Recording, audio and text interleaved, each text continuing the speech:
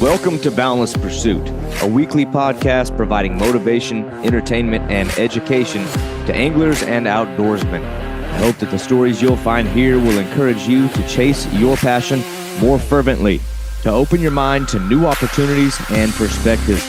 Your engagement and feedback is critical to the growth of this show, and I would love to hear your suggestions on topics or potential guests. You can reach me at boundlesspursuitfishing@gmail.com or at my website, www.boundless-pursuit.com. That's where you'll find all related articles, media, and merchandise. Please remember, the show will gain traction from your support. Be sure to like, comment, and share this podcast to your friends and connections. I'm your host, David Graham. Now let's get on to today's episode.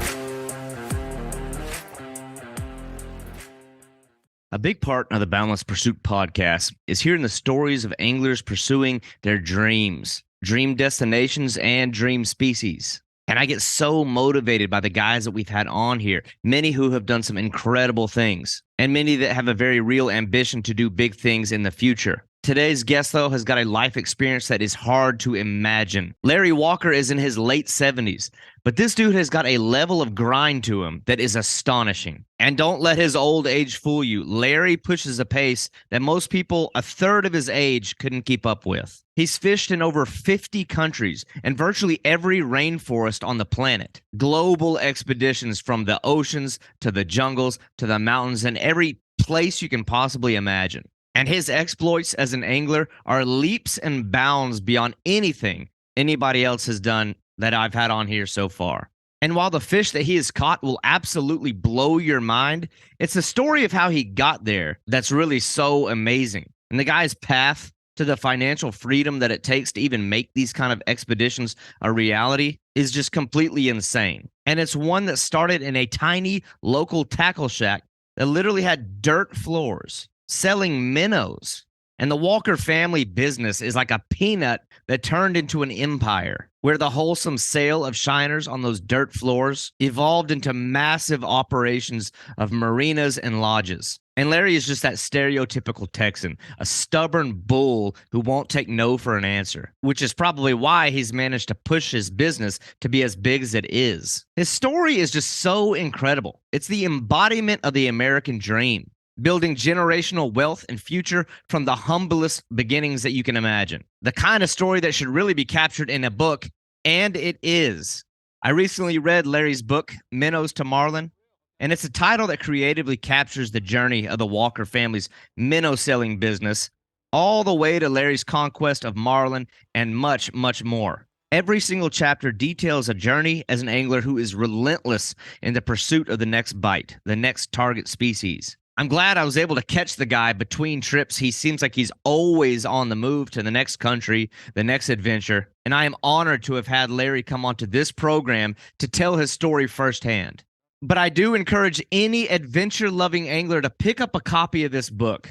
I personally read it on my recent flights to Idaho when I was chasing the white sturgeon just to get the adventure juices flowing. You can find this book on Amazon. You've got to pick it up. It's an amazing, amazing book and an incredible story that I don't think anybody can compare to. Guys, you are going to love this story. Remarkable life journey, incredible growth as an angler, and just an awesome, awesome dude. This is Larry Walker. All right, did you hear that? I did.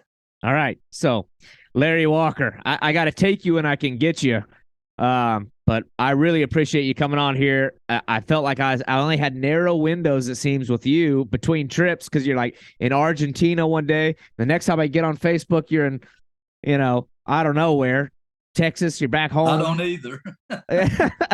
So I'm like, geez, I don't know when I'm going to work this guy in, but man, I appreciate you coming on. I guess I don't know where to start. Thank you. So how about this most recent trip? I mean, I was just on your page and saw these giant bass you were catching. Well, I got so lucky. I got a phone call from a good friend of mine named Josh Jones, who is absolutely a phenom. He's guiding on a lake called OHIV in West Texas, and they're doing live scoping. It is absolutely revolutionary, and what they are doing is makes old school throw it out the window, old school out the window. It's unbelievable, and I'm so lucky that I get to fish with some of these guys because he's just an absolute genius. It's so different. It's really different.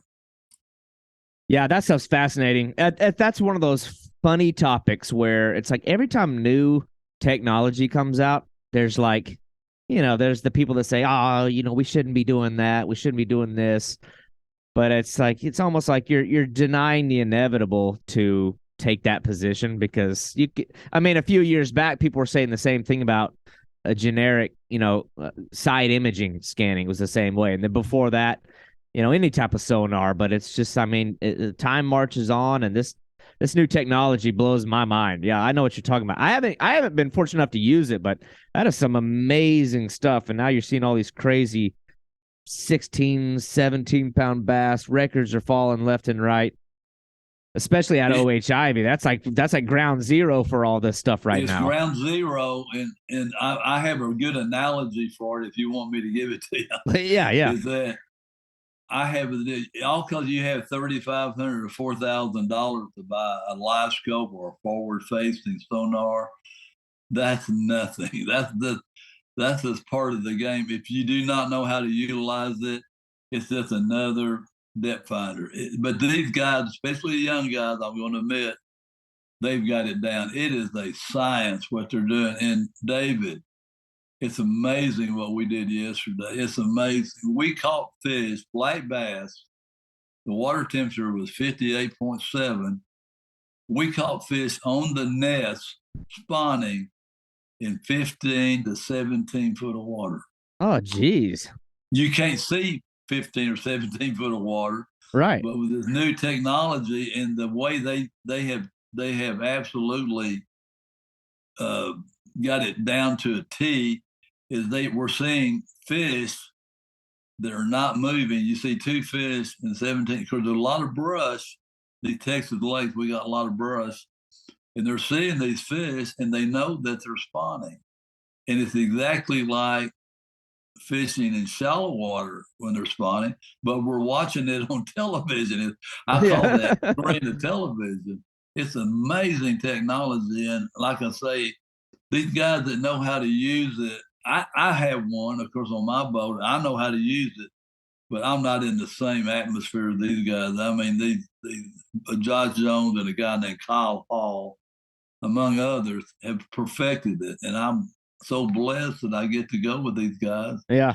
And I don't know. We sold our family business, our marina, the marina in between Dallas and Fort Worth called Lynn Creek Marina. We had it for 31 years. And before that, we were in the sporting good business and boat and motor business.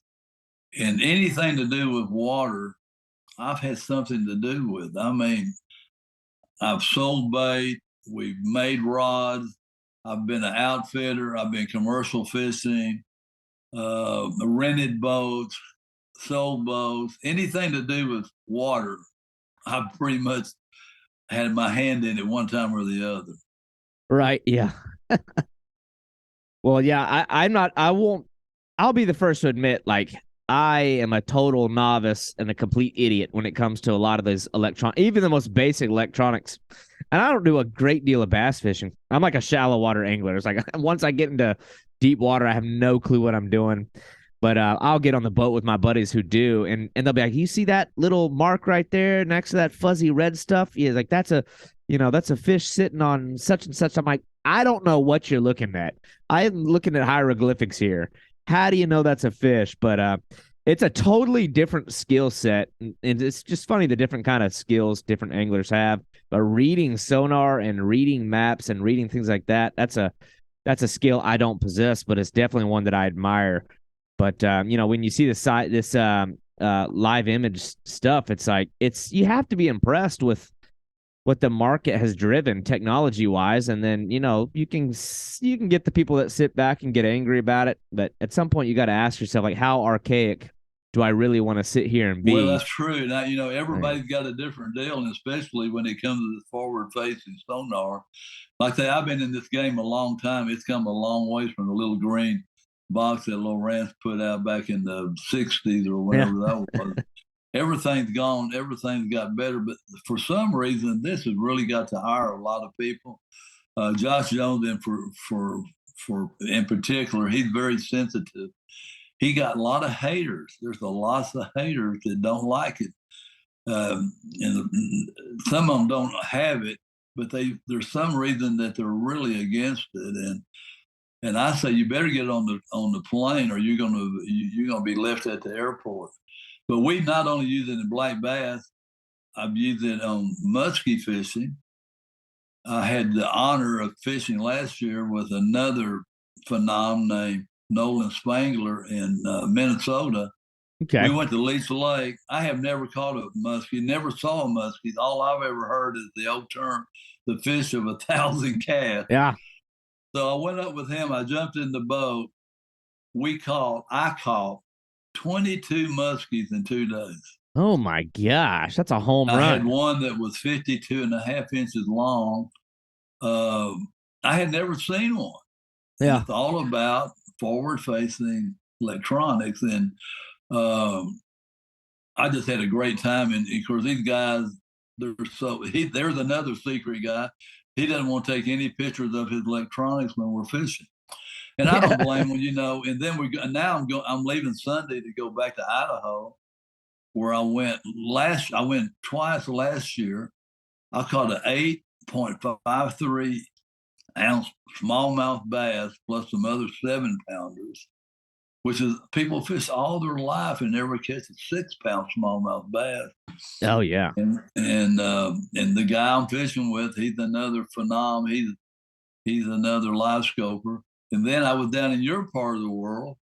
I went out fishing for Goliath groupers with a guy, Eric Line, and he used the live scope there. I mean, you watch them take your bait. Yeah. It's like I say, we can go on and on about live scope. I'm really for it. And of course, the blowback on it, like we're saying, is Nolan is banned from fishing muskie tournaments in Minnesota. They will not let live scope in the tournament. Mm. And I go back to an old saying that I just heard from Jimmy Houston. I'm kind of bragging because he and I are very good friends. And yeah. I really like him. If you knew him, he's a first class guy, and he laughs all the time, on camera or off camera. I'm like a lot of people where I grew up watching his shows. Yeah, I mean, you can't be in fishing and have not grown up watching some of those guys. He's been on TV. This is his 44th year, I believe, on TV. So, and we were talking about something else. We were talking about the A-rig. You know what the A-rig is? The Alabama rig.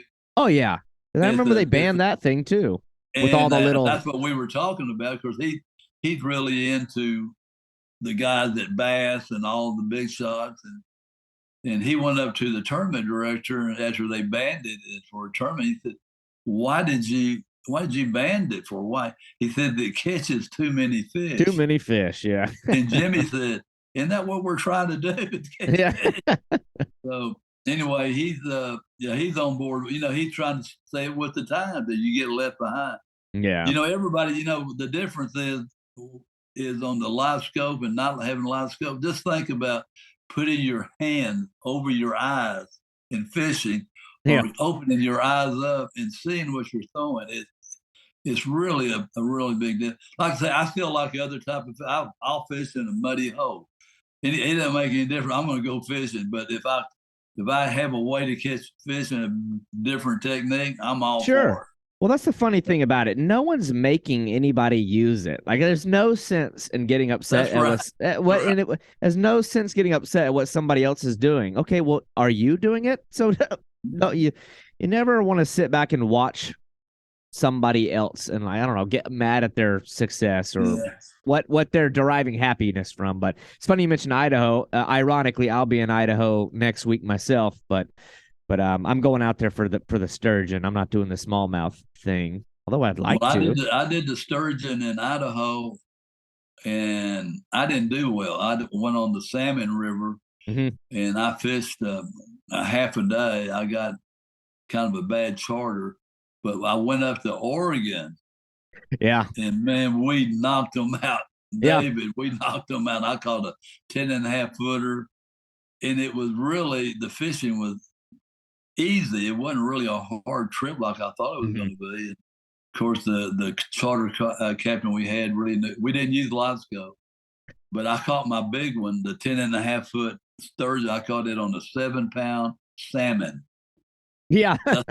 That's what I didn't know they're not really a meat eater per se, and they're a bottom feeder, but I don't know. I bet you we caught 25 in 3 days.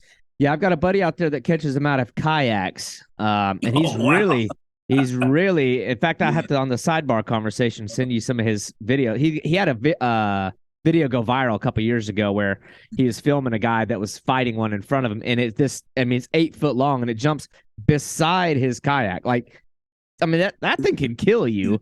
But yeah, he catches them from kayak. His name's Steve Carroll. And they don't grow them as big in Idaho, but I just thought, like, that angle, like, he'll catch them from the bank, he'll catch them from a kayak. I'm like, that's so beautiful up there. It's worth the trip just being on the river. I caught a lot of smallmouth bass waiting for a bass. Waiting for a sturgeon bite when I was on the Salmon River. It's just gorgeous. They're a beautiful part of the world. It just seems so weird because, they'll go out there and catch a rainbow trout, a rainbow trout that would be photo worthy by any, person's normal standards, and then chop its head off and stick a hook through it and cast it back out there. It's kind of a funny, a funny thing there. But well, talking about rainbow trout, I've never been a trout guy. Trout's never been high on my agenda, to be honest with you. I've never cared too much about them. But I went to Jurassic Lake in Argentina. Yeah, I saw that. That's on my little list of things to ask about. David, man, this is not a fishing trip. This is a catching trip. Yeah. And I would say 99% of the fish, I've been twice, and I've signed up again to go in this September. The 99 of them are bigger than any trout that most people ever catch in their whole life. Yeah. The fish I caught, David, weighed average 10 pounds a piece, rainbow trout. Unreal. The last trip I caught a 23-pound, 4-ounce rainbow trout. The trip before that, I caught one that weighed 20.89. Those are big trout. Those are really big. Well, trout. it was the king salmon I saw you catching out there that really caught my eyes. Well, my goodness. I've been up to Alaska one time, and I'll be honest, I didn't have a very good trip. But I went on this king salmon trip with a couple of guys that had been like 20 times to Alaska. I caught a 53-pound, 7-ounce king salmon, which is gigantic. Yeah. And they kept them bigger. I'm going back next year at a different time. Those fish are migrating, and they're only in the river for a certain amount of time, and we're trying to get the right timing. So it was a beautiful trip. Fishing in a glacier lake and a glacier river with icebergs, and then when was the last time you cupped your hand in a stream and drank the water? Oh yeah. I don't want to do that down here in South Florida. No, but start growing an extra leg out of my head or something. Right. And but we were drinking water out of the stream, and it was everything was just so beautiful, and no human intervention there. And a small thing is the guides there, the tag end of the lines. When you tie a knot, you got 3 or 4 inches extra, and you cut it off. I thought this was very admirable. They cut that line off, the 2 to 3 inches, and put the line in their pocket instead of throwing it down. That seems so insignificant, but it meant a lot to me that those people really cared about the environment that much. So right. It was really nice. Like little things like that, I think give the impression of the kind of hands you're in too, because if your guide is that invested in taking care of the resource, then he's going to be 1,000 times more invested in making sure that you enjoy your experience. So little things like that I pick up on too. Yeah, what actually makes it really, for me, so different is I know I don't look it, but I'm 77 years old. Yeah. And I've been doing this a long time. when I was growing up, we did not know the difference in conservation. We weren't trying to do anything wrong, but in Texas in the 70s, the bath limit was 15 per person per day. Yeah. And I got a picture that was in the Dallas Morning News that I had 45 fish on a stringer on my back. Back in the day, there was 3 of us fishing. And I had 45 black bass. And now you're lucky to catch 5. The limit's 5, and you're lucky to get 5 some days. Right. Yeah. There's a lot of pressure and a lot of different things that have changed the dynamics of it. But well, I think I only started following your stuff maybe within the last 2 years. I stumbled across your page, and obviously, it's like you've got so many showstopper photos and fish. Yeah. I'm like, oh my gosh, and then I just went down the whole rabbit hole of scrolling and looking at everywhere you've been and everything you've done. But I'm curious, like, was the traveling side of it always? I mean, were you always that way with like the intrepidation? Or did these real international trips, is that more of a recent thing, or has this been like a lifelong deal? Actually, it all, I live in Texas, and so we would travel down to Mexico and do the Bass Lakes in Mexico, and I'd go to Acapulco drinking and fishing back in the 60s and 70s. And of course, in my book, I describe every bit of it from Minnows to Marlin. But what happened, I had a tackle store. We had a tackle store that we had for 46 years. And I stood behind the counter and talked about fishing and hunting all day long. And one day a tackle salesman came in that sold Bill Norman crankbaits out of the back of his car. I don't know where he got them, but but we bought them. They were a little cheaper buying them from him. And he asked me, he said, Larry, he knew I was crazy about fishing. He said, you want to go to Honduras black bass fishing? And the first thing I said was, where's Honduras? I don't even know where I knew it was in Central America, and I never knew they had a black bass population. Mm-hmm. So that really, really lit the fuse there. I got 24 of my friends together, and we're all redneck Texans. They all bass fish. And I don't know if you remember the Garcia 5000 reels, the old bait casting reel that's nearly everybody started out with. Now this is part of like Abu Garcia? Yeah, Abu Garcia, 5000, and then they upgraded to the 5500 that had ball bearings in it. Yeah. But we used to use pistol grip rods. And I didn't, but a lot of people did. I had always been a two-handed rod guy. So we got 24 of us, and we went to Honduras, to Lake Yohoa. This really changed my life. I had one deal that, if you ever had anything change your life, this was one thing that really changed my life. Yeah. We went down there, and I had 24 guys, and it was a 4-day fishing trip. In 2.5 days, the biggest fish weighed was 4 pounds. So we said, we've been scammed. Let's go down and see what the girls look like and have a few cocktails. This was 1976. Yeah. So we go down there, and the girls liked it. They fell in love with us American boys. Yeah. So we had a few more cocktails than we should have, and we stumbled back to camp the next day just to kill the rest of the time, because we thought we got a wild goose chase. And me and a friend of mine named Jim Bob. Jim Bob. Anybody named Jim Bob's going to be a great friend. Yeah, we've been fishing together for 50 years now, but yeah, he's the real. I'm a kind of a drugstore redneck. He's the card carrying redneck. Yeah. And we were sitting in the boat together, an aluminum boat with a guide. It was kind of iconic because the fog was lifting off of the water. And we were sitting in it where 2 creeks came into Lake Yohoa, which is a gorgeous, beautiful lake. And there was another friend of mine that was in a boat about 50 yards away. And it was dead calm, David. And I said out loud, I wish I could get a bite, get my line broken, something happened. And like I say, Kodak moment, I get a little tap tap on my rod. I reel down to set the hook, and I set the hook, and the rod broke in two.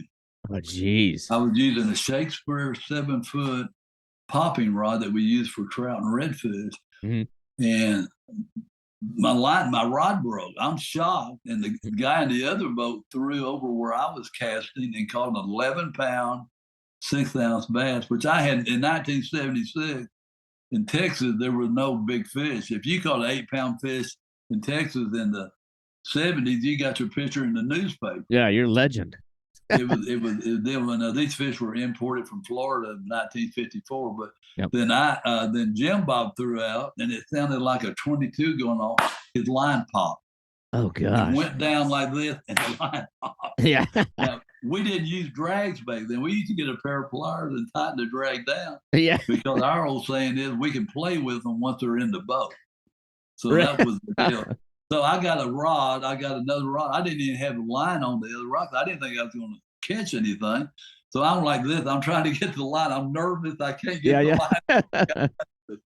I get it out, and I make a cast, and I caught a 10.5-pound bass. Oh, my goodness. So we sat there in about 45-minute time, and we caught a stringer of bass, 7 bass that weighed 72 pounds and 4 ounces. We killed them. Holy cow. I'm telling you, this is a different era, and things were so different. We put these fish in a 72-quart ice chest, the igloo ice chest. We put them on the airlines and took them home. Wow. and ironically, we were having the Dallas Boat Show, and we were in the Dallas Boat Show. I sold skeeter boats, bass tracker boats. I sold a lot of fishing boats, and I brought them to the boat show. And people in Texas had never, ever seen bass that big. You know, people used to go to Florida and put a shiner on and catch a big fish in Florida back in those days. But Texas didn't have any big fish. I mean, like I say, 8 pounds was big. Yeah. So I was a star of the show. I'm answering questions, and people are real curious about it. And a little light bulb went off in Larry's head. I said, I want to take people fishing in Honduras. Yeah. So I started Walker's Bass Tours. Yeah. And it was a little harder than I thought. It was a third world country. And I think it's a fourth world country now, but I still love Honduras. It was very dear to me. So we started taking people to Honduras bass fishing, and that opened the door for international travel. I was the first guy to ever go to Cuba when they opened Cuba up in 1977. Jimmy Carter opened it up for tourism, and another outfitter from Texas named Dan Snow and I put together trips to Cuba. And then from Cuba, I found out about peacock bass in Venezuela. Yeah. I fell in love with peacock bass. I fall in love easy, by the way. Yeah. I'm very easy to fall in love with. So I just, peacock bass, that was the new deal, man, when I found peacock bass. But I never lost my love for black bass. I mean, black bass is number one. And then from Venezuela, I ended up in Brazil. And then from Brazil, Colombia. And then from there, all over the world. I mean, that's where it all started. I've been into over 50 countries fishing, just fishing. And I've been lucky. I get to go to some neat places, David, and I get to go with some neat guys. And I've been very blessed. I'll be honest with you. I've been blessed. Yeah, that answered that next question on my list. I'm like, well, how many countries? I see the photos now, and I know you get around, but you mentioned something that I always find, or at least I always enjoy when I hear, it seems like some folks will set like this high bar. I don't know, maybe if you jump up too quickly to catching these incredible fish, that maybe they find it hard to still enjoy the ones that are in the backyard, like a bass. Well, I got to be honest with you. I'm going to be really honest with you. I don't care about little fish. I really don't. I'm sorry. Yeah. I'm just going to be up front with you. It's not that I'm a lead or elitist or anything. No. It's not that I got my goal set. in my head, I want to catch the biggest fish that swims in a lake. And I usually go to lakes that have big fish in them. Hmm. Like say we can go down, there's no lakes in Mexico you can go. You can catch 300 fish a day. I won't go. I don't care anything about it. Yeah, I yeah. mean, a 5 pounder, it just doesn't, I'm talking about Larry Walker. I mean, for most people, they would, Well, they want to go. you I'm are just talking about, my deal is all about big. The word big is what got me. you're speaking my language because I don't have nowhere near the kind of fish that you've caught, but I mean I admire what you do because that's what I aspire to. I've always been the same ways, and even if I'm fishing for I don't know, a small species, I only want to catch the big one of Yeah, those. that's what I want to do. That's what I want to do. And I can be perfectly content with spinning, like we mentioned before we started recording, like an alligator gar. Me and my brother, we would go out and grind for 5 days, sleeping on the river, being severely dehydrated, going through storms and absolute hell. But if I got one big one, that's all I want. That's all I care about. Mm-hmm. So I trust me. I'm right there with you. I mean, I respect the folks. I got a lot of friends that are like they're species hunters. They want to have like as many species to their name as possible, and a lot of that is like microfishing, and I don't know. For Yeah. me, it doesn't speak to me, but I'm the same way with the big fish thing. I think my journey is maybe only just now beginning. I've never been out of the country ever, but I'm actually scheduled for my first international trip in September. But I look at your page as like fuel or like motivation or like, and I can't wait to get the book. And I want to talk about the book soon Yeah. because I admire that type of, I don't know, the adventurous spirit. But I guess I'd be curious, like when you've made these rounds, is there any particular location or species that is most near and dear to your heart? David, everybody asks me that question.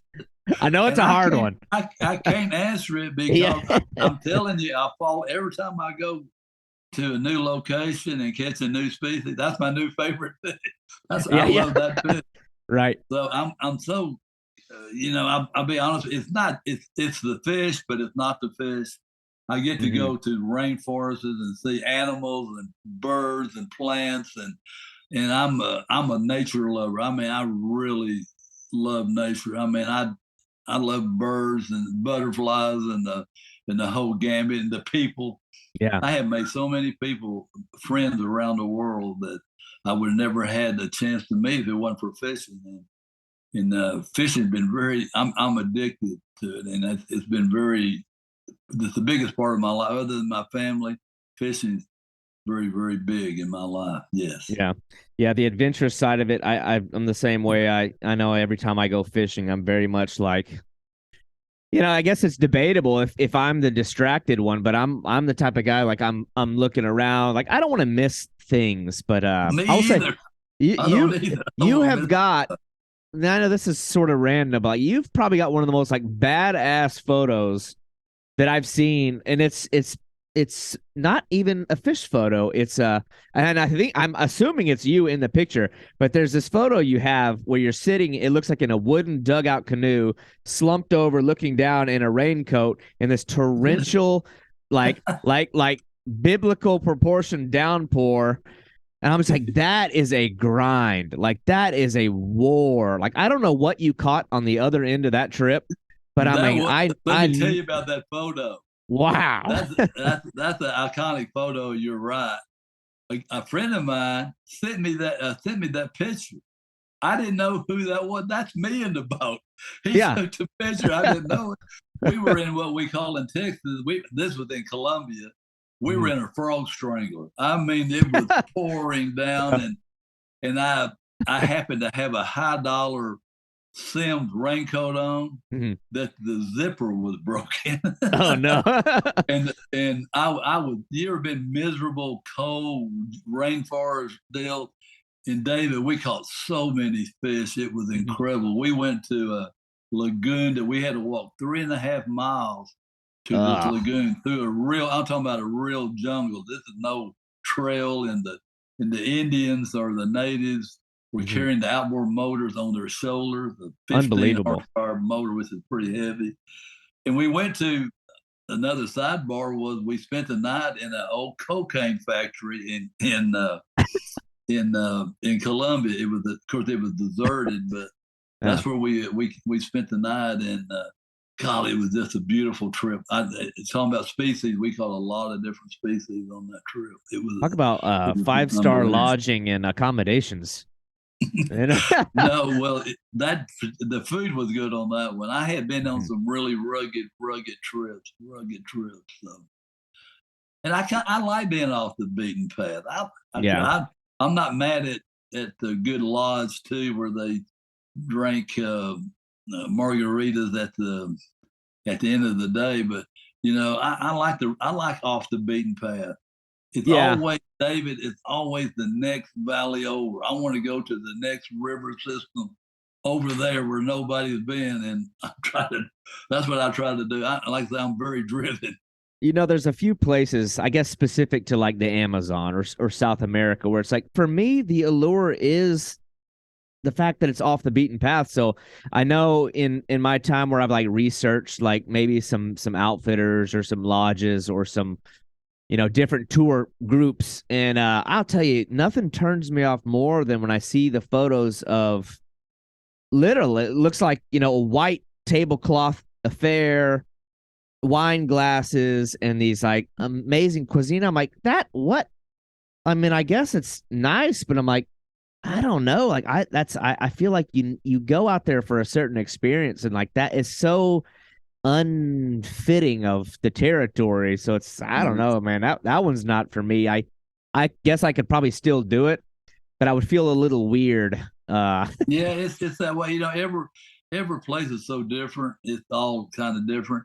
And of course, I always tell everybody it's all about the fish. It's not all about the fish, but it is all about the fish too.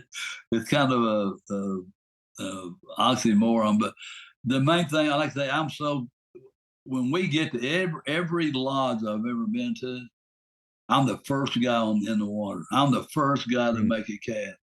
I'm so nervous. Here I am, 77 years old, and I get so excited on every day. I'm going fishing tomorrow. I'm really, really excited about it, and it's a private lake up by Paris, Texas. But I'm excited about it. I mean, it's just, and that's what drives me. If you don't have that drive, right? And like I say, I'm telling you, when the guys I grew up with, and when they say, I'm not mad at them anymore when they talk about fishing, I'm not mad at them. I say goodbye, because if you're not mad at them, it's over with. Yeah, you got to be mad at them. Yeah, you got to keep going. Yeah, you got to have that fire. And I tell you, I have that fire. You might have saw my most recent bucket list. I want to catch a Nile. Goliath tigerfish. Yeah. I saw that post. Yeah, and I want to see catch a Neapolitan wrasse. Or a Napoleon wrasse. I said Neapolitan. And what was the other one? I remember those two. I want to catch a golden Monsieur. Yes, that's right. And to be honest, I've never been crazy about those because they don't get very big. But yeah, I want to do that because I want to go see India too, and I want to go to Nepal. I want to go see Kathmandu. I want to go to the base camp for Mount Everest. I don't want to climb Mount Everest. I did climb Mount Kilimanjaro, but I want to go to Kathmandu. I like that name. Don't you like the name? Yeah. I can pronounce that one. I agree. The golden Messiers seem like they're held on such a high, they're really a revered fish, it seems like, especially in like the traveling freshwater giant fish rings. And I kind of thought the same thing, as it almost looks like a big, fancy looking skinny barbel of some sort. But the goonch catfish that live over there in the same rivers are more interesting to me. But well, I like to catch one of those as well. Yeah. I've never been big on catfish for some reason, and I'm kind of the same way. Yeah, but I don't fish for sharks, but I just went white shark fishing up in I wanted to talk about that one too, which was amazing. Golly, South Carolina. I would not have thought South Carolina. That's interesting. But Yeah, if I'm not mistaken, I guess the guy you went with, correct me if I'm wrong or enlighten me, he is the only one that is authorized to specifically target them, right? Is there like a science element tied into that where absolutely. That's the whole deal. Here's the deal. He is so efficient at catching great white sharks, Mm, and the sciences are not. So they're yeah, using him as the vehicle to get information on great white sharks. He's a fascinating guy. He's unbelievable. He's a shark whisperer, mm, and everything's secret. Now I can't tell you all the secrets, but it's the big yeah, secret. I can't tell you where we went, what we used for this and yeah, that. We did take some videos, but they were very limited. right. And it's I tell you, that fish, David. You've seen them on TV all your life and movie. I got to touch one and see it, and those Oh, big black to eyes. look him He in the wasn't a eyes. monster. He was about 9.5 foot long. They said 3.5 or 400 pounds. He gave a pretty good fight, but not spectacular. They don't jump. But just to Mhm. see one, I've been all over the world. I have never seen them. I've been to Yep. Australia and all these countries that have them. And I had never seen them, Well, and it believe was it or a great not, trip. you're actually the third person I've had on this podcast that's caught great whites. I had a guy on here. His name's Spencer Wonder. Now, if you want to see somebody that's caught some fish that just defy all logic, like what he catches don't even make sense. He's Mhm. caught multiple, and he catches them from the shore from land. Yeah, But he's caught them up to 16 feet long from yeah. shore. Granted, it's accidental, but he does so much land based shark fishing. But now that guy caught a what was it? A Greenland shark or a Pacific Wow. sleeper Yeah. shark that Yeah. was about 16 feet long Mhm. from shore. That's his whole thing is he catches everything from land. And it's like Yeah, that one doesn't even that's make sense. amazing. That's a deep sea fish. Like that, those things live in like 1,000 feet of water eating whale carcasses. And it is, but yeah, that you talk about, I mean, on a global scale, like the king of all kings, like the ultimate predator in all of the water. I mean, unless you want to talk about whales, but we're talking fish here. I mean, I guess the great white shark's like the pinnacle, but I can't imagine the experience of being able to be because we all watch Shark Week, we all have seen Yeah. Jaws, and like there's no more fish more engaging to the conscience or stimulating to the mind than the great white shark. So I just can't imagine That touching movie, by the way, touching one. Jaws, that movie Jaws has kept a lot of people out of the water. Yeah, It yeah. really has. It really honestly. But you know what this guy's name is Chip, that's the guide on the great white shark. He told me, he said these fish are smart. They're not like a regular Mhm. shark. He said they really smart. He said sometimes you hook them, they run towards the boat and try to bite the line. Oh, that's interesting. And it was very interesting. And a lot of you throw a lot of blood out and all that stuff, and that's not what he does. He does another technique, but he said the fish are very very smart. He sent me a text when I got back. I also caught a tiger shark that day. Wasn't a giant one, about 8 or 9 foot, and then I caught a sandbar shark that was about 150 pounds. Those He are some said, "You guys, scrappers there. Them yeah, sandbars are some scrappers. They yeah," fight. and they actually fought harder than the great Hmm. white. But he said, I guarantee you, you're the only human that's ever caught a great white, a tiger shark, and a gray shark in the same day. Yeah, yeah, So that was interesting. I add that to my resume, I yeah. guess. That's a fair bet. I'm actually a native to South Carolina, so that like I Okay. know that like the coast of Hilton Head is where they get some on the occasion these the real like terrifyingly big tiger sharks, but the great white that's an interesting one. Now, when I think great whites, I think like you know Southern California or Yeah. South Africa or Australia, but yeah, it's amazing where they're starting to pop up lately. I mean, I know Mhm. that they've been making the Oh yeah, news the lately. water's getting warmer.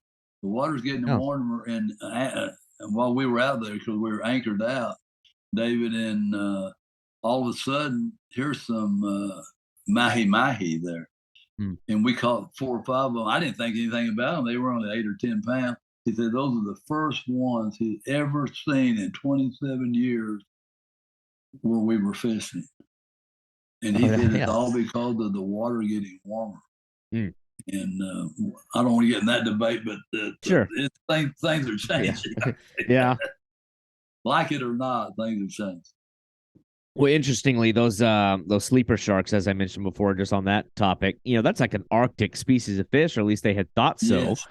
And apparently, it's the longest lived, I don't know, animal in the world. Those things can live to be 600 years old. Yeah, I saw that. Uh, 600 years old. yeah, which is wild. And I guess one of those just recently popped up in the Gulf. Like, what is it? What are they doing down here? I don't know. Down in Florida. So They just caught a great white in Florida. just shows we're always, I don't know, there's always more to learn. But scrolling through your page, it's like you bounce between these, great oceanic creatures. You talk about the Napoleon wrasse, and it's funny, a lot of people don't even know what those are. I'm familiar with the Napoleon wrasse. That's a wild, big, giant, blue barn door looking. I don't even know how to describe them. It's like I don't either. I it's don't like either. a big blue Goliath There- grouper parrotfish thing. That's exactly what. That's what I Yeah. would. That's what I would call them. I Too. talked Yeah, to a young I was guy. down, I'm sorry. I was in French Polynesia Mhm. 3 weeks ago, I believe, and we really want to catch one. And the guy I was with, Steve Ryan, who is an absolute Steve, I goat. know Steve. Yeah. Steve is he's 155 pounds. I never seen a guy that was so. He makes me look like a shallow water minnow. He's really really good, because he wants to catch one as well. We caught some amazing fish. It was a Yeah. beautiful trip. So they're a weird one. Like when I look at something like that, I would think that they're a deeper dwelling type of fish. But I had a guy on here, actually, the episode hadn't come up. Ironically, he's the youngest person I've had on the show, Mm-hmm. 17. And he's actually traveled all over the world at a young age. He's got a kind of an interesting story, but he had caught him, and he said that they caught him on poppers. They were popping in Yeah, French Polynesia for GTs. I'm like, I would yeah. not have thought that, but very interesting fish. I can see why it's They on your got one bucket from New list. York, was he? Gosh, I don't know where he's originally from. I think he might be from Anyway, I out met a guy west. that when I was there in French Polynesia, I met a guy from New York who had caught one. We're on the same trip we were on. He wasn't with us, but he had caught one. Yeah, it's a But young kid named George Hadaway.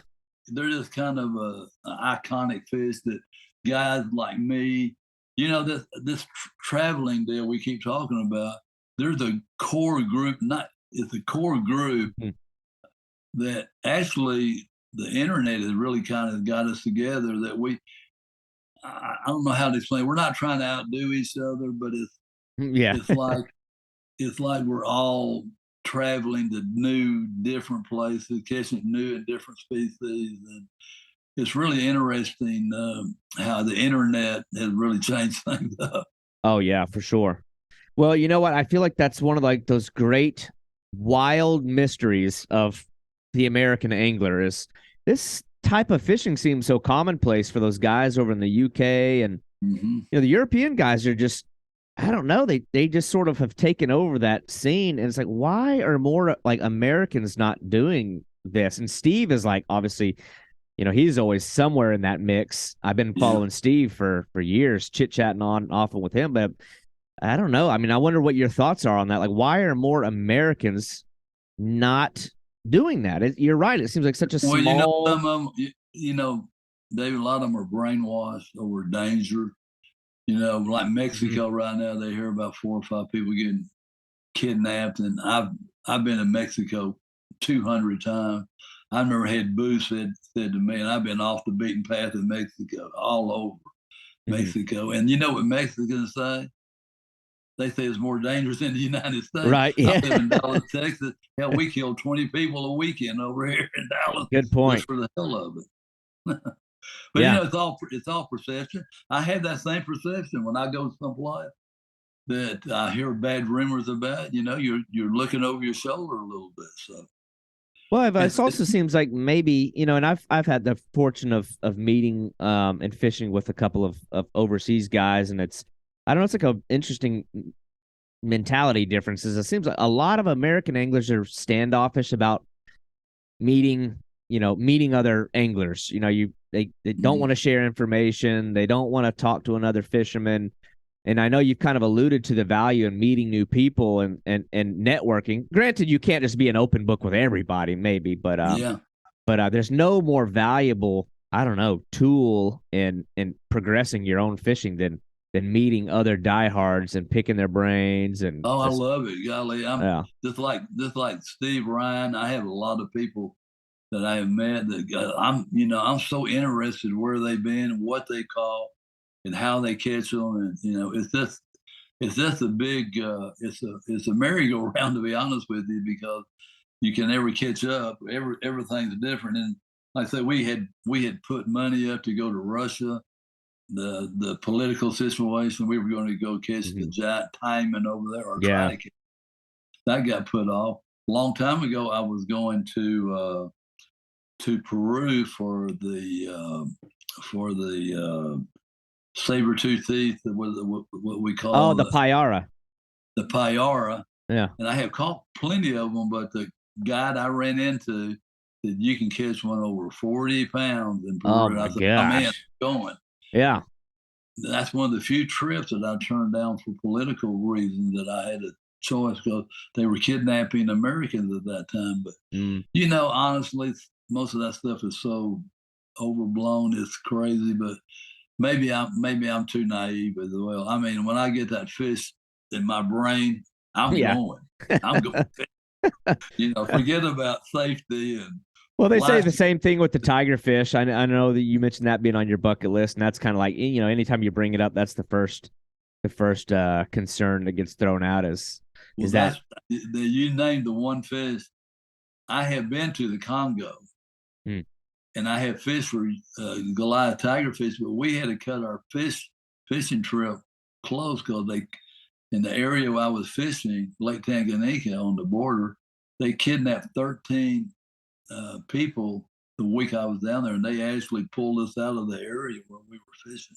Oh, So jeez. it's not all milk and Oh yeah. cake. You don't want to be naive, of course, but yeah. So I'm targeting my first trip overseas, but I mean, there's so many guys like myself in the position I'm in that are like still in that dream phase where it's like you want to, and I know we all feed off of guys like you, guys like Steve, and you could just be enjoying that on your own and never sharing it, but you've gone so far, and I mean, especially a guy like you who has the life experiences you have, you'd be selfish to not write a book.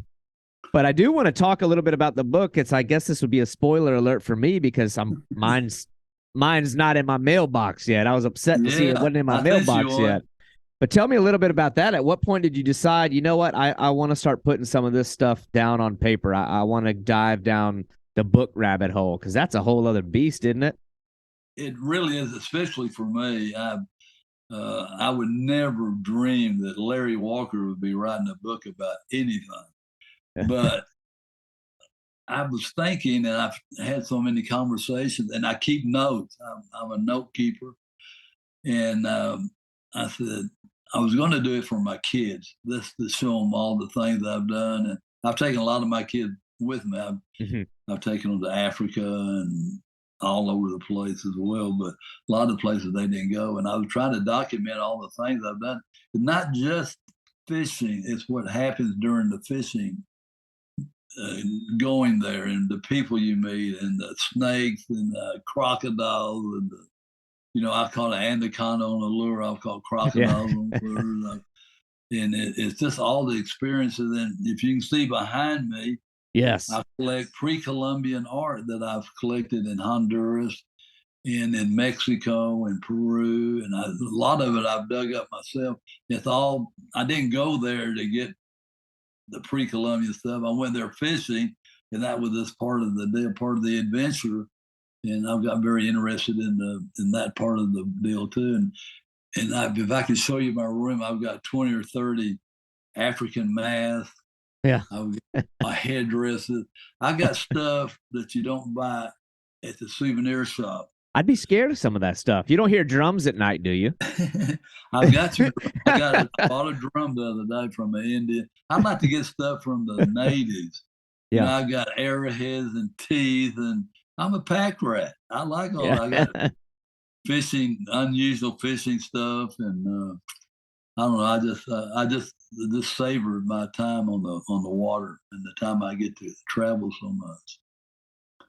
Yeah, yeah. I've seen a few of your posts where you sort of show like I wouldn't even call it a man cave. It's like a man kingdom, like a whole wing of the house. I'm like, oh my It's God. it's it's different, and You've I got to run be totally square. out of wall space with the mounted fish you've got. I'm like, well, Well, I I, mean, I had the luxury of I had my marina and I had a restaurant that held 600 people, and it was Larry's Museum. I had 43 mounts that I had on the wall there. mhm. I sold it not this February, last February to a big corporation, and they let me keep my fish.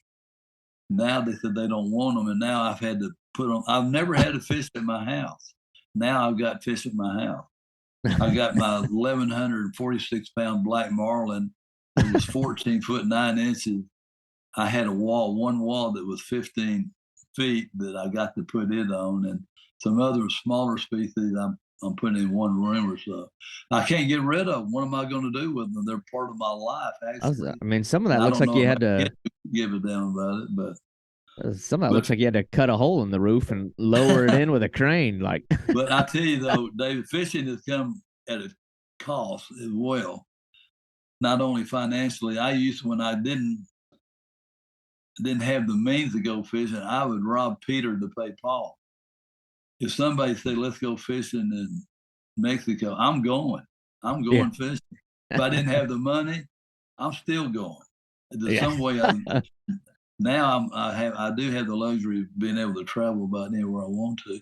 But one of my points is I've been married 5 times. And there's not many women can put up with a traveling fisherman. You got to have a special mentality. hmm And when I get married, they all say, "Oh yeah, I'll go fishing." Not for a month. They don't like it right, yeah, when you're gone for a long time. They say they do in the beginning, but I won't say fishing ended the marriages, but it had an impact on them. hmm So I got a yeah, good one this time. I'm going to keep. yeah. I got that. It's, I guess, I had sort of wrote down like what has kept you motivated this long, but it seems like you have absolutely not lost any step in motivation wise. Like I can hear it bursting out of your ears. The fact that it's kept going. But I guess the other thing I had asked is obviously you've been doing it for a long time. I don't know what you got to have some kind of keys for me here for like longevity. If you could give anybody advice for like Well, longevity in this I'm whole going to tell thing. you. I'll tell you what's going on. My mother is 99 years old. She's still blonde headed. She drives a red Jaguar convertible. She's got a memory like an elephant. Yeah. And she never sits down. I can't sit down. I know when I was growing up, they call it you were just nervous, but I know I'm ADD, and I can't sit still, and I'm busy all the time. I got to be doing something all the time, and I Mhm. think that has a lot to do with it. It really does. Yeah. Yeah. Now they want to put people on medication who want to be like have an act. It's just ridiculous. But yeah. So I guess one question I get is like I look at your photo where you're holding maybe a golden dorado in presumably that was Argentina. I know you've been to Argentina several times, Yeah. and then the black marlin. It's like you're bouncing between ocean and fresh saltwater, freshwater. I don't know. Can you kind of compare the two? I mean, what do you get out of freshwater that you No, don't get out of saltwater and vice versa? well, there's a lot of people only do freshwater. Yep. Some people only do salt water. I used to have a saying, I don't say it anymore. I like fresh water, salt water, and scotching water. But Yeah. I cut scotching water. I don't drink anymore. I've Yeah. quit drinking a few years. Besides on my birthday, I drank on my. But I don't know. Is this the adventure, David, of getting out on the ocean? I've never been seasick in my whole life. I love the water so much. I mean, it's never too rough for me, and I push the limit on that as well. I don't know. I like both of them, and I like and I do not like one better than the other one. I Mhm. am partial to black bass fishing because I Mhm. grew up in the business. We had a tackle store, like I say, for 46 years, and we sold tackle, and I grew up in the bass fishing industry, really, Yeah. actually. but I like it all. I mean, I love it all. And I'm gonna make a statement that I'm going to get a lot of feedback on. Is that I've never been interested in fly fishing. It does not interest me. And I make this is a joke. And I have so many friends that are fly fishing. Crazy. I used to say the only thing I dislike more than fly fishing is fly fishermen. But that's a joke now. Don't shoot me. But I don't enjoy fly. I do fly fish when I have to. A lot of places I go to. When I went to Russia, you're only fly fishing only. And I do fly fish, but I don't enjoy it like I do bait casting or spinning or other types of fishing. I feel like I have more control. But that's just my opinion. We all have our opinions, and sure. I speak to my best friend that we agree on. Not everything. Nobody ever agrees on everything. The best friends I have are the ones I talk the most shit to. So this is how that works. Like, can't be too friendly, then it starts to get weird. Got to rib on each other every now and then. But no, I don't do a great deal of fly fishing myself. In fact, right now I don't even own a fly setup at all. Doesn't mean I wouldn't like to maybe play around with it, but for me it would only be, I don't know, it'd be playing. But I'm kind of the same way. It's the deal. You know, I got one of my best friends. He holds like 21 world records, and we went down in Colombia on a trip, and he broke 2 rods, and the lines wrapped around him, and I'm catching fish like crazy. Golly, I caught so many fish, and he can't get there were 3 people in the boat. That was a handicap for him. I said, "Why do you like this?" He said, "I don't know. I grew up fly fishing, and I just like fly fishing. But I'm not putting it down. I'm just saying it's not for me. I don't. If I had to fish for fly rod, I would, but it's not my preference. Let me put it to you that way. Kind of sugarcoat it a little bit. I'll do it from time to time. When I was coming up, and my granddad was a big fly fisherman, and he pretty much like demanded it of us. Like when we came to visit him, he'd lay out the paper plates and the cups out in the yard and force us to practice our fly cast. So I get a little bit of a sentimental value out of it, I guess, if nothing else. But on the other thing you mentioned, not getting seasick, I can't say the same. I get horribly seasick. I don't know what it is. I don't know if it's a genetic thing. And it scares me because I've got so many trips I want to do that I'm like, ugh. Well, what if I can't? Well, I'm gonna tell you. If you have that in your mind, you'll never get it out. No. I don't want to put you on a bad deal, but I know so many people, they're seasick before they ever get in the boat mentally. So it's got to be a weakness. By the way, Johnny Morris that owns Bass Pro Shop, he gets seasick too, by the way. Yeah.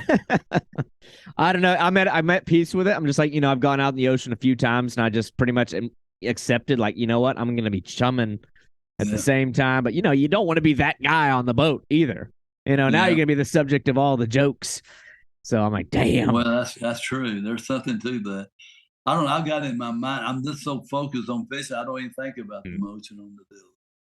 But I mean, like they were all different. We're all different likes. Well, maybe I can take some yoga classes and find my inner chi. But it's so bad. It's so much worse than what people tell you. So I'm like, good God, this is awful. So who knows? Doesn't mean I'll never go to the ocean again, but it's just that hump I'm gonna have to get over. But yeah, I love looking at your stuff. I love the sense of humor that you tie into everything too. It's not all like, I mean, I know it's all business to catch the fish, but you find time to make jokes. It was the rock climbing video you posted a couple of weeks ago. I got the biggest kick that was great. I fool a lot of people. It fooled me with it at first. I'm like, there's no way this guy does it all. He's Superman. I'm like, he's out here rock climbing, and I'm like, oh. Damn, he got me. David, I like to have fun. I'm not saying I'm a trickster, but I like to be off the wall sometimes. Some people are way too serious about all this stuff. I'm serious about fishing, but I like to have a good time. Yeah, that's great. But your travel stuff, I can't get enough of it. And I know that you'd helped me in the past when I was doing a little article I was writing with the paddlefish. I think you lended me some photos. I appreciate that. But I'm kind of on the cusp of just starting my own, like for me, I think if I travel, it'll probably be a once a year thing, just where I'm at. My financial state Yeah, will probably limit me, but I'm booked for a trip to Guyana in September, which is one that you're I gonna love it. You're yeah gonna absolutely love it. It that is unbelievable. that's I mean I draw my interest back to that when I was a little bitty kid, like little kid. I will go so far as to say I am shameless in saying I think if I catch like an arapaima, I might cry. But Well, anyway, they're unbelievable fish. I mean, I've caught several of them on the trip I went. But we caught so many other fish. Golly, David, you're going to a paradise. yeah, You're going to a great place. And I know I told you this before. They speak English. yeah, yeah, That's nice. It's the yeah. bonus when you go to a place in South America and English is their number one language. And it seems like it's a small thing, but what it makes is you can actually talk to them. You Right. can talk to them and ask them questions. I do not. Unfortunately, I don't speak Spanish. One of my regrets in life. I want to talk and have a con. I don't want to say, Yeah. Coca-Cola, hook, and talking in words. I want to make sentences. And in Guyana, you're going to have a great trip. Yeah. Yeah. I'm And looking forward. I'm sorry. No, I was just saying I'm definitely looking forward to that. But I'm not necessarily, well, my wife would agree with this. I've never been the best like planner. I'm probably more your speed where a lot of times I just cannonball into opportunities. But still, it's like it does seem like an undertaking, especially, and that's just, there's much more probably difficult trips out there. But I am curious just to pick your brain on things. I mean, you're so well traveled. Do you have a process for planning these things? Because to me, I'm like, I don't know what I'm getting. Absolutely not. I'm the most unorganized guy.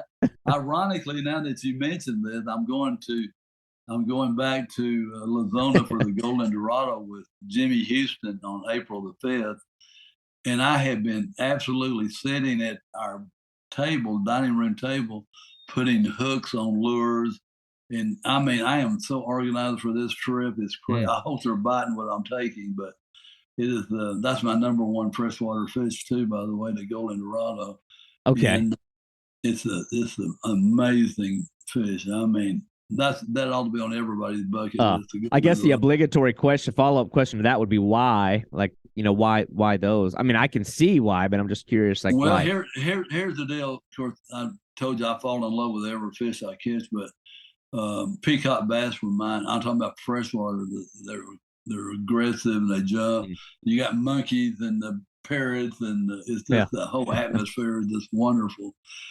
But you don't have that for where we're going for the Golden Dorado. But David, you're throwing a lure out, and when they hit it, they'll jerk your arm out of your socket. Ugh. And you got to hold on. We're using 80 to 100-pound braided line with a 150 to 200-pound mono leader. I'm changing hooks on every lure I have till they'll straighten them out. They straighten out your split ring. I had an interesting thing come up. I took one of my redneck friends down to Argentina for the Golden Dorado, and we're catching the hell out of them. I mean, they're biting. They jump, and they're beautiful. They got teeth, and they fight all the way up to the boat, and there's no giving up to them. And a friend of mine who caught a lot of big peacock bass and a lot of big black bass, he put the rod down. He said, Larry, why do you want to catch these? They pull too hard. I said, that's the reason I want to catch them, because pull too hard. I mean, it's nothing easy about them, to be honest with you. They're unbelievable fish. It's a wild looking fish too. That head, like every time I see a photo of one, it almost looks like it's been edited. Like it looks like they have such a weird shape where it's like, I don't know, all their features are the head on them. I just can't give. Oh, I just saw a cameo. I just saw a wet nose enter the screen. I have a Bernese Mountain Dog, and he will not. Oh, I love those. Alone, okay, and I won't leave him alone either. Yeah. we gotta love our animals. We gotta love our dogs. That's another thing. I find a dog every trip I go to. I'll Oh go. yeah. I'm in Polynesia. I got 3 dogs at my doorstep every morning. When I was in Mexico, when I was in, I did not have one in Guyana. That's the one place I did. But I'm envious of you going. That's a great. I'd like to do that trip again. It was great. Yeah. That's funny. The dogs always know who to go to. There's like a spiritual bond that takes place. I'm the same way. I got my 2 beloved German shepherds. Yeah, They can be a pain in the ass, but they are man, definitely a pain in the ass. yeah, mine's But I wouldn't take for them. Mine's well, my older dog's the first dog I ever had. Back when I was still doing police work, it was like my little German Shepherd, and he's been there for the birth of both of my kids and through all the moves. So now he's 9, so it's like getting to that age where I don't know, you get like super sentimental about him. But I don't want to hijack the conversation about fish and turn it into the dog podcast. Yeah. But yeah, those Dorado. I don't know. My list of things I want to catch is so long, but you know, you got to take it step by step. Is there anything you've caught that is probably not on somebody's like wave or I don't know, radar that should be, like ones that's like, wow, I'd have never thought about this as a fish to send people after? You know, you had quizzed me about the spoonbill, and they're such an interesting fish. Oh, for sure. And you know, they don't bite. You right. Don't catch them, you snag them, and there again was the live scope. Yep. And they jump, but they're so freaky looking when you bring them out. They got little bitty eyes. Yeah. They got this gigantic, weird gill plate cover, and they're plankton eaters. Mm-hmm. And they got this big, long spoonbill looking thing on them, and they're soft. They don't have any scales. They're actually kin to a sturgeon. Yeah. And I caught a 116 pounder up in Oklahoma, up at Keystone Lake. Okay. I caught quite a few of them. I've been up there twice. I don't think I would do it on a day-to-day basis, but they're so unusual, and they jump. I like fish that jump.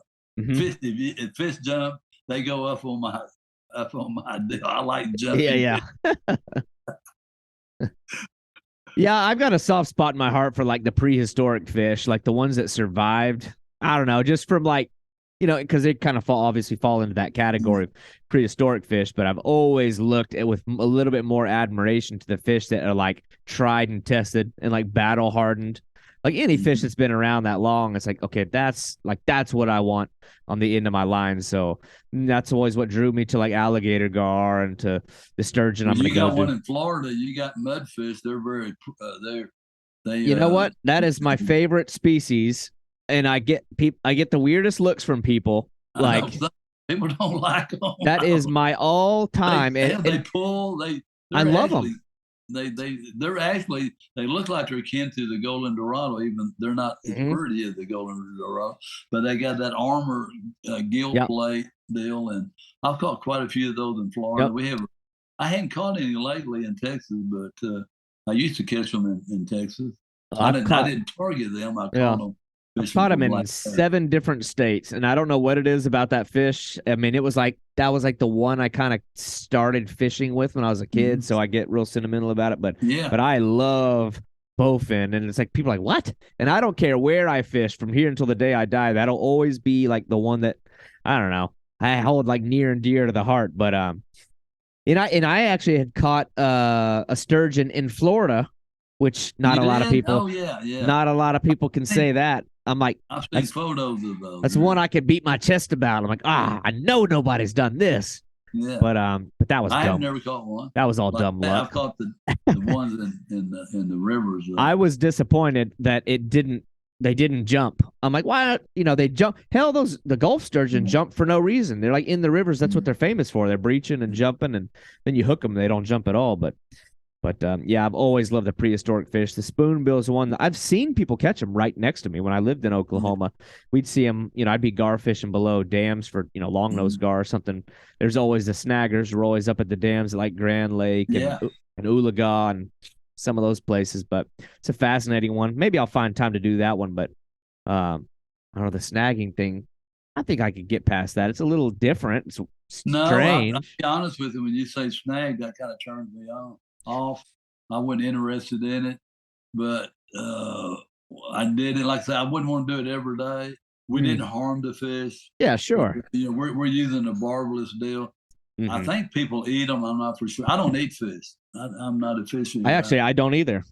I will. I'm not. I'm a hypocrite because every once I'll eat a mahi mahi every once in a while, and I do like sushi or sashimi tuna. But I rarely eat fish. I had a commercial fishing business forever, and that really turned me off on fish. Yeah, I can see that. I worked in the food manufacturing industry for a while, and you get a lot of that. I worked in poultry processing for a little while, and people are like, yeah, are you ever gonna eat chicken again? I'm like, hell yeah, I love chicken. Like, I don't care what I seen, but yeah, that's it's funny. I do like lobster. I had a lobster fishing.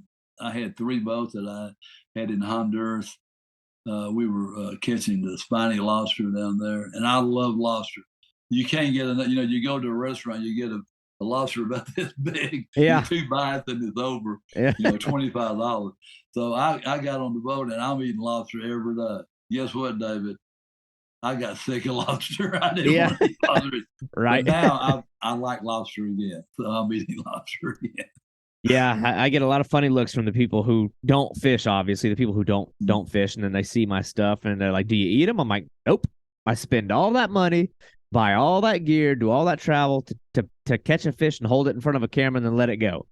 And that's my number one question. That's just what I do. I'm a big Facebook guy. I love Facebook. But everybody, did you eat them? Yeah. You didn't turn them loose. And what'd you do with it? Yeah. Yeah, they said, my grandmother used to say every time, "Oh my goodness, you turned them loose? Yeah. Why did you turn them loose, Larry?" Yeah. She never could ever understand. She was fishing till she was 100 years old. She would go crappie fishing at the marina. We'd put a life jacket on her and give her a Zipco, and she'd go out there crappie fishing on the dock. So yeah, I had fishing in my blood.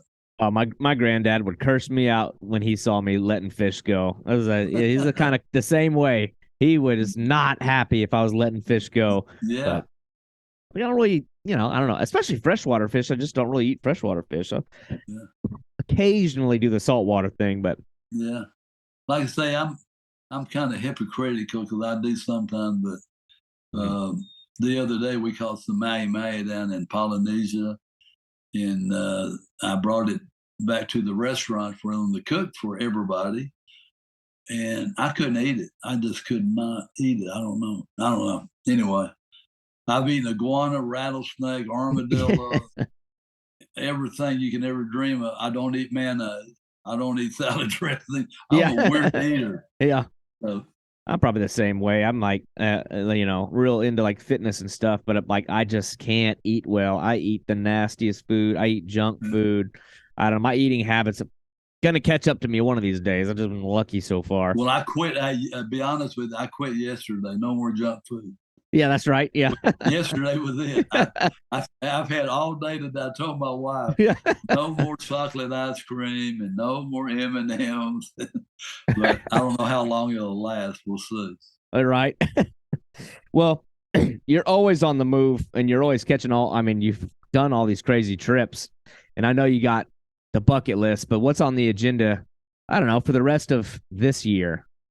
Well, I'm going to Idaho next week for the smallmouth bass. I want to get into the elite deal of catching one that weighs 9 pounds. Oof. That would be good. The guy I'm going with it caught 1, and then I'm going to the Argentina deal with Jimmy. Then I'm going back to Jurassic for the rainbow trout. I'm going back to Argentina. I like Argentina. Yeah. Going back for the king salmon next year. We're going to go a little earlier and see if we can catch some bigger ones. Then I just signed up to go bluefin tuna fishing in Nova Scotia. Ooh. I've done that quite a bit. I usually fish on the Prince Edward Island side, and that's an amazing animal too. They're just so humongous. Oh my gosh, yeah. And then I'm going to go back to Africa to do blue marlin in Cape Verde.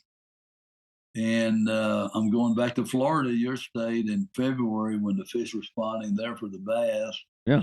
Then in May, we're going out to Lake Havasu for the giant red ear perch or brim. You know, they're gigantic out there. Oh, yeah. And I didn't catch it huge. I caught one that weighed 3 pounds 88, which I thought was huge. Right, yeah. But my friend caught a 434. And the guide I'm going with this year caught a 595 and a 525 last year. The world record. Jeez. You know, you always put bass, crappie, perch. Now it's bass, perch, crappie. So that's the new deal. Yeah, those get surprisingly big. If someone calls me up and I'm available, I'm gone. Count me gone. Have you done the Nile perch one? That's one that's kind of an interesting one to me. I didn't do very well on those. I spent a month in that. It was amazing. I had a honeymoon, and we were going to spend it together in Africa. And she decided she didn't want to go, so I went anyway. So on my honeymoon, I spent a month in Africa, and I went Nile perch fishing. And I caught some up to about 15 pounds, which was very, very small. But I went on the Zambezi River and we caught tigerfish. And that's another amazing. Yeah, I had to ask about the Nile perch one. That was one that I kind of toyed with as maybe being the first trip that I do out, but I didn't, I thought the risk of, I don't want to say failure was greater, and it's just one fish. It's one species, but I looked at that. I'm gonna tell you, that's a hard one. Yeah. That's a hard one because they have commercial fishing so hard in Africa that the great big ones are almost non-existent. Yep. There is a guy that fishes at Murchison Falls, and he's caught a few big ones. It's very, very unpredictable. Yeah, that's what I saw. It seems like Murchison Falls, you'll still see some numbers, but like closer to the falls, it looks like smaller ones.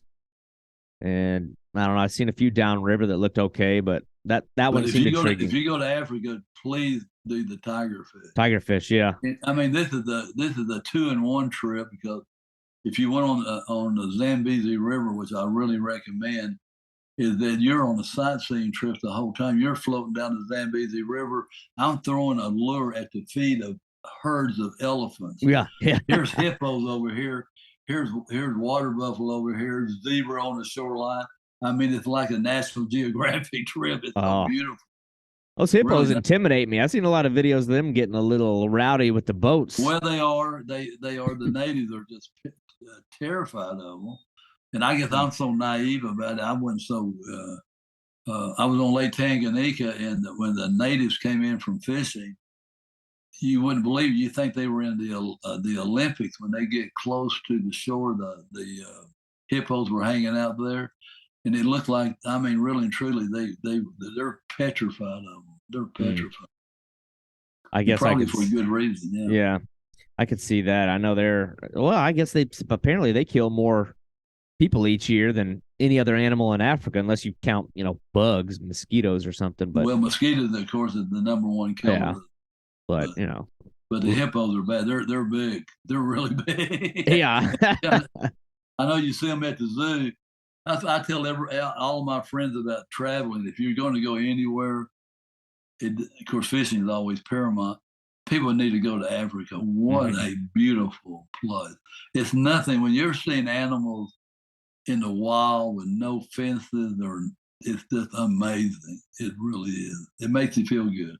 Yeah. That's one I'd like to do. Africa, obviously. I'm really interested in I think it's KwaZulu-Natal, or I don't know if I'm pronouncing that right. It's like the southern, southeastern coastline, very famous for some of the land-based shark fishing and surf casting scene down there. They catch some wild stuff down there. They call it like the KZN coastline. Yeah, they catch a lot of bull sharks there. They catch those. They call them sandies. The big guitar fish, those big giant guitar fish. That's an interesting one to me, but I don't know. So much time, or so many fish, so little time. Who knows? That's an interesting one. I want to catch sawfish as well, because y'all have them in Florida, but they're illegal to catch to target the sawfish. Yeah, I hooked 2 of them Australia years ago when I foul hooked them. They were up on the sandbar, and I had a jack with them, so I threw a lure over. Because they were like 12 foot long. I don't know. They seemed like they were 100 foot long when I saw them. Yeah, that's one of those things that every time I go shark fishing, you know, it's a little part in the back of your mind, sort of hoping you'll get to see them, but it's like that unicorn type of thing. Yeah, they're a unicorn. Well, we have alligator gar in Florida too, and it's the same way. They're in only like select few small rivers, but I'm like, I really want to catch a Florida alligator gar, but apparently it's illegal to even pursue them. So I'm like, who knows? Really? Huh. Yeah, it's kind of weird. They're totally protected. All those exotic species there. So. Yeah, no kidding. But yeah, the exotic thing down here, I don't know. That kind of plays out a little quick to me. The peacocks here, anyway. I mean, they're kind of fun. They get a little old. When I first moved to Florida, I was all about it, but I got a little burnout on that one pretty quick. But anyway, well, you know something, I have no interest in those in Florida. It's like a novel. They just don't get big. And, nope. You know, a 12-pounder is the big one. And I just got I don't know if you can see it. I just got one of my replicas back. I saw the photo. Will that thing even fit in the frame? Yeah, I just got it. Oh man, that's awesome. This is a 23-pounder I caught. And the guy did the mount in Columbia. Mm-hmm. He's an absolute. He's not a taxidermist. I'd call him an artist. Artist, yeah. He's an artist. The replica guys are phenomenal. Yeah, he did a Arapama for me that I caught in Guyana where you're going. Oh wow! And he did it from scratch, no mold. He did it from scratch, and it came out perfect. And I loaned it to a tackle shop over in Dallas, but the fish probably weighed 250 pounds somewhere in that neighborhood. You're going to catch some big fish when you go to Guyana. Be ready. Yeah. No, I mean that's the one I've been waiting on. So I'm like, might as well go with the top trip first if I'm gonna go anywhere. But anyway, I know I feel like I've kept you. I could probably talk to you for hours more. Well, we can always talk after the fact, you know what I mean? But we've talked about your book, and I want to bring that up a little bit more. And I know that you've just kind of started getting into the YouTube thing, but like you've done so much amazing things, from Minnows to Marlin. So I guess I want to make sure I'm directing people who are listening to this, like where they can go to see your stuff, where they could go to pick up the book, what your YouTube channel might be, anywhere that they can find your stuff. Like, how could people find the book? Yeah. What's the YouTube channel? How could they find anything else? Yeah. Well, the book is available on Amazon. I haven't pushed it. I've kind of mentioned it a little bit on Facebook, but I haven't said to go buy it. I've actually just hired a marketing team to do a launch, because I'm hoping you can sell some books for me too. And then on the YouTube deal, my son, I have a 37-year-old son that's another fishing nut too. He's completely overboard with it too. He's got a new baby that's kind of slowed him down, but he's helping me. As I told you before we started doing the show, I'm technically handicapped. I can do email and Facebook, and that's about it. But we're doing this YouTube deal, and it's a learning experience for it. But, you know, honestly, I hope people subscribe to it and see it. But honestly, I like for people to see what I get to do. Mm-hmm. David, it's amazing. I mean, 8-pound smallmouth bass, 23-pound rainbow trout, king salmon, dorado, black bass. I mean, I'm so blessed. It's crazy. I'm really, really blessed. And I can still jump in and out of a boat at 77. I feel good. Mm-hmm. I don't know. It might change tomorrow. I see a lot of my friends my age, they're not doing so good. And I feel very blessed. I hope it keeps on going. Of course, my last sentence in my book is, I want to catch a marlin when I'm 100 years old. And I back it up by saying, I hope there's still a marlin when I get 100 years old, because the world's changing. Well, it's funny because I feel like every stressful encounter I have with a fish, I always kind of wonder, am I adding years to my life or am I taking years off? But maybe you're a testament to the fact that getting out and doing some adventure and doing these kind of hard trips is the key to I don't know. You got to have a fulfilling life, and so it's probably adding fuel to the tank. So for sure, I think I agree. More people need to see this stuff. I'm blown away by the stuff I see on your page.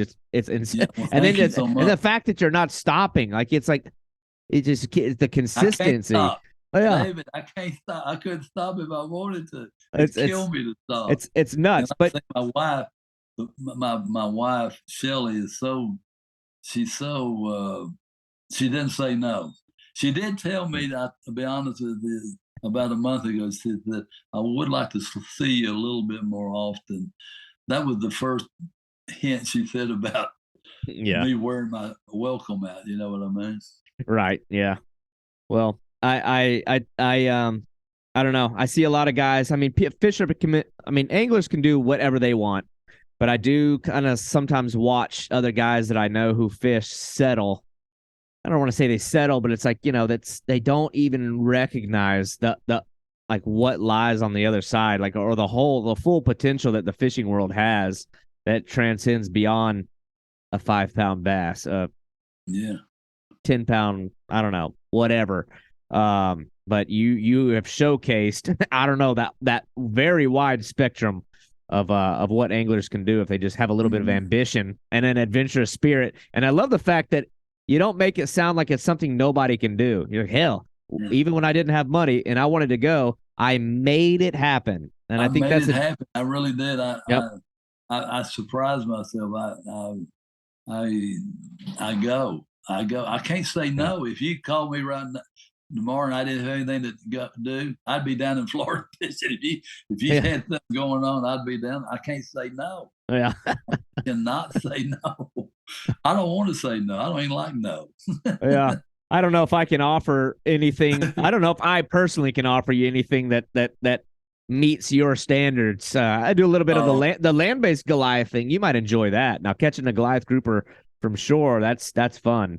Oh, that would be cool. And I do understand that game pretty good, but who knows? If you ever crossing through my neighborhood and you mentioned not being tech savvy, that's probably a good thing. You can get poisoned by this whole. I try to not do it. I dabble in it a little bit, but you just, I don't know, the computer and the social media and even the YouTube thing. It's like it's like a double-edged sword. It's like you need it for marketing, you need it for information sharing, but you can get so sucked into it that I don't know. It's like it takes away the time from fishing. It's like counterproductive. Well, it does. You're right about that exactly. In my travels, there's nowhere I go that they don't have a cell phone. I'm in Africa. The little kids are running around Africa with a cell phone. Oh, that's weird. South America, kids got them. I'm talking about everywhere I go, people got cell phones.